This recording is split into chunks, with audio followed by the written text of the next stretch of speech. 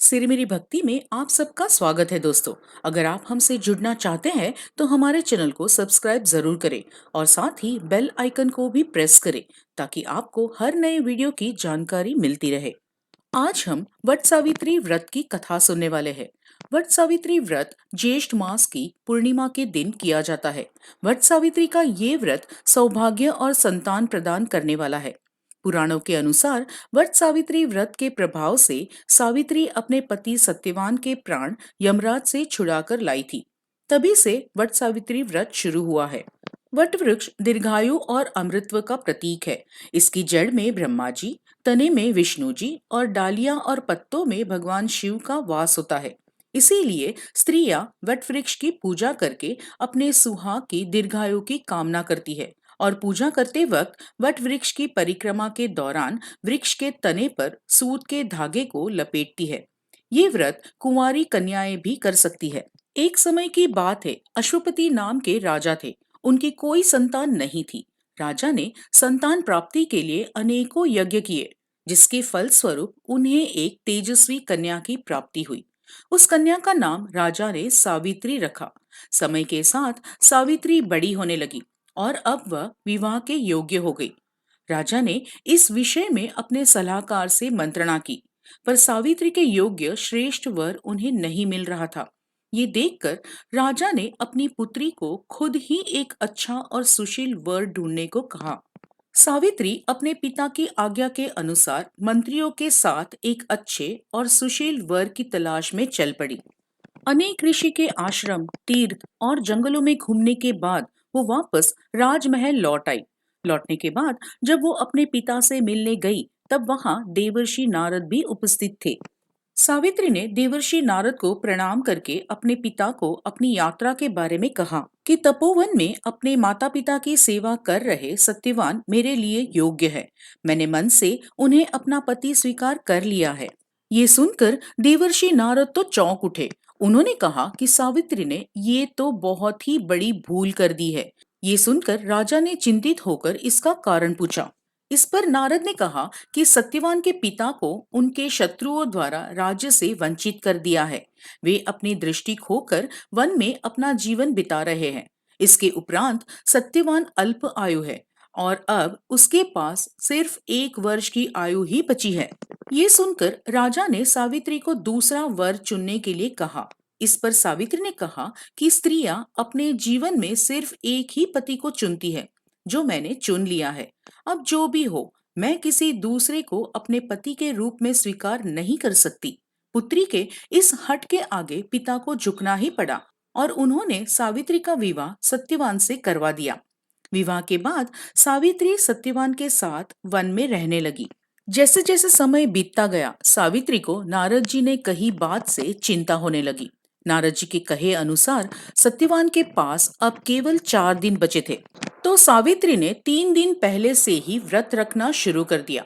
आखिरकार वह दिन भी आ गया जब सत्यवान की मृत्यु निश्चित थी।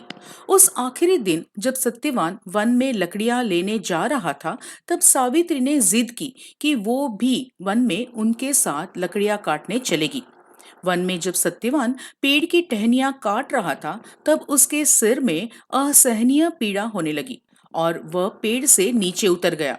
ये देखकर सावित्री समझ गई कि उसके पति का अंत अब नजदीक है। ये जानकर सावित्री ने अपने पति का सर अपनी गोद में रखकर उन्हें लिटा दिया।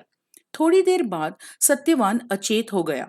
ये देखकर सावित्री रोने लगी और ईश्वर से प्रार्थना करने लगी। तभी उसे एक लाल वस्त्र पहने एक पुरुष दिखाई दिया। जब उसे पता चला कि वो तो साक्षात यमराज थे, जो उसके पति के प्राण लेने आए हैं, तो सावित्री बोली कि वैसे तो सांसारिक लोगों के प्राण लेने आपके दूत आते हैं, आज ऐसा तो क्या हुआ कि आपको खुद आना पड़ा। तो इस पर यमराज ने कहा कि सत्यवान धर्मात्मा तथा गुणों का सागर है। मेरे दूत इन्हें ले जाने के योग्य नहीं हैं, इसलिए मुझे स्वयं आना पड़ा। ऐसा कहकर उन्होंने सत्यवान के शरीर से उसके प्राण निकाल लिए और उसे लेकर वे दक्षिण दिशा की ओर यमलोक की ओर चल दिए। तो सावित्री भी उनके पीछे पीछे चल दी। ये देखकर यमराज ने कहा कि तुम मेरे पीछे कहाँ आ रही हो। तो इस पर सावित्री ने कहा कि मेरे पति जहां जाएंगे मैं भी वहीं जाऊंगी, यही तो मेरा धर्म है। यमराज ने उसे बहुत समझाया, पर सावित्री नहीं मानी। उसके पतिव्रता धर्म की निष्ठा को देखकर यमराज बोले कि तुम अपने पति के बदले कोई भी वरदान मांग लो। तो सावित्री ने अपने दृष्टिहीन सास ससुर की आंखें मांग ली। तो यमराज ने तथास्तु कहकर आगे चल दिए। जब यमराज ने देखा कि सावित्री अभी भी उनके पीछे पीछे आ रही है, तो उन्होंने कहा कि एक और वर मांग लो। तब सावित्री ने अपने सास ससुर का राज्य उन्हें वापस देने के लिए कहा और यमराज तथास्तु कहकर आगे चल दिए। पर फिर भी सावित्री यमराज के पीछे चलने लगी। इस पर यमराज ने सावित्री को एक और वर मांगने के लिए कहा। तो इस पर सावित्री ने अपने पिता के लिए 100 पुत्रों का वरदान मांगा। तो इस पर भी यमराज ने तथास्तु कहकर सावित्री को वापस लौटने के लिए कहा, लेकिन सावित्री नहीं मानी और उनके पीछे चल दी। ये देखकर यमराज ने कहा कि तुम अपने पति के प्राणों के अलावा कोई भी वर मांग लो। तब सावित्री ने वर मांगा कि उसे सत्यवान से 100 पुत्र प्राप्त हो। तो हर बार की तरह इस बार भी यमराज तथास्तु कहकर आगे चलने लगे, पर सावित्री फिर उनके पीछे चल दी। ये देखकर यमराज बोले कि मैंने तुम्हें तुम्हारी इच्छा के अनुसार सभी वर दे दिए, अब तुम्हें लौट जाना चाहिए। तभी सावित्री बोली, महाराज, आपने मुझे सत्यवान से 100 यशस्वी पुत्रों का वरदान दिया है और सत्यवान के बिना ये कैसे संभव होगा। ऐसा कहकर सावित्री ने तो यमराज को उलझन में ही डाल दिया। तभी यमराज बोले, सावित्री, मैं तुम्हारे पतिव्रता धर्म से बड़ा ही प्रसन्न हुआ हूँ और इसीलिए मैं सत्यवान के प्राण लिए बिना ही यहाँ से लौट रहा हूँ। साथ ही तुम्हें ये आशीर्वाद देता हूँ कि तुम्हारी ये कहानी युगों युगों तक याद रखी जाएगी।